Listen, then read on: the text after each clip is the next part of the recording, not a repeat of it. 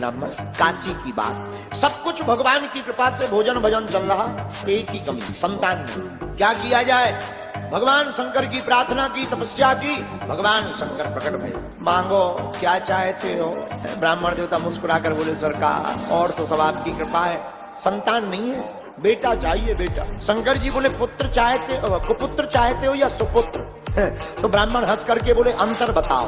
बोले, कुपुत्र बहुत दिनों तक जीवित रहेगा लेकिन दुख देगा, सुपुत्र मांगोगे तो कम जीवित रहेगा लेकिन सुख देगा। ब्राह्मण ने मन में विचार किया, कुछ दिन ही सही सुख से बीतना चाहिए, महाराज हमें सुपुत्र चाहिए। भगवान शंकर ने कहा, तथास्तु, जाओ तुम्हारे घर पर बेटा होगा, पर सुनो केवल 5 साल जीवित रहेगा। ब्राह्मण ने सोचा जो होगा देखा जाएगा। भगवान शंकर का आशीर्वाद पाया और भगवान की कृपा से इनके घर पर बेटा हो गया। तो दुख भी है और सुख भी।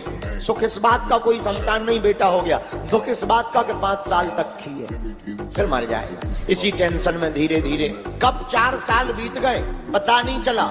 जब 1 साल आयु के बचे शेष तो कोई कार्य करे विशेष, ऐसा मन में विचार करके आचार्य ब्राह्मण संतों के पास गए। क्यों? हर समस्या का समाधान संतों के पास होता है। संतों के पास गए, महाराज बेटा है, दिया हुआ वरदानी है, लेकिन एक ही दिक्कत है, 5 साल की आयु है और 4 साल हो गए, 1 साल बचे हैं, कोई उपाय बताओ जिससे आयु बढ़ जाए। महात्माओं ने कहा, भाई एक ही उपाय, कोई सिद्धिप्रद महात्मा अगर आशीर्वाद दे दे तो आयु बढ़ सकती। महाराज वो कहाँ मिलेंगे? अब वो ढूंढने से तो मिलते नहीं, वो तो पता नहीं किस भेष में रहेंगे, महात्माओं की पहचान थोड़ी है। तो संतों ने कहा, एक काम करो, जो मिले उसी को प्रणाम कराओ। फिर क्या?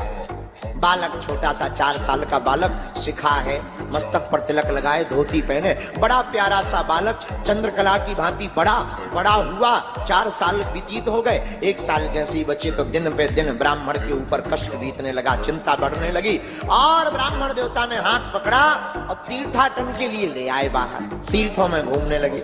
आप जो महात्मा देखे सोई बालक दंडवत लेट जाए, प्रणाम करे, छोटा सा बालक दंडवत प्रणाम करवे, सोई महात्मा आशीर्वाद दे दें, जय हो। इतना प्रणाम किया, साल बीत गई, प्रणाम करते करते आयु के 4 दिन शेष बचे। अब तो बालक का पिता और चिंता में, 4 दिन का मेहमान है बालक, बार बार लाड़ दुलार करें, गंगा जी के किनारे झोपड़ी बना कर रहते, अब कोई दिखे सो प्रणाम करो प्रणाम। 4 दिन की जगह 3 दिन बचे। जब 3 दिन शेष बचे तो सप्त ऋषि वहां से निकले। किस्मत की बात, सप्त ऋषि जैसे ही निकले तो तुरंत वह बालक जाकर के सप्त ऋषियों के सामने दंडवत प्रणाम करके लेट गया। नन्हे से बालक का यह स्वभाव देखकर मुनियों ने कह दिया, जाओ चिरंजीवी हो, चिरंजीवी हो। जहां इतना कहा सोई उस बालक का पिता ब्राह्मण रोने लगा, फबक फबक कर। क्या बात, क्यों रो रहे? कुछ गड़बड़ है? बालक की तबीयत ठीक है? महाराज हम तो ठीक है, बालक भी स्वस्थ है।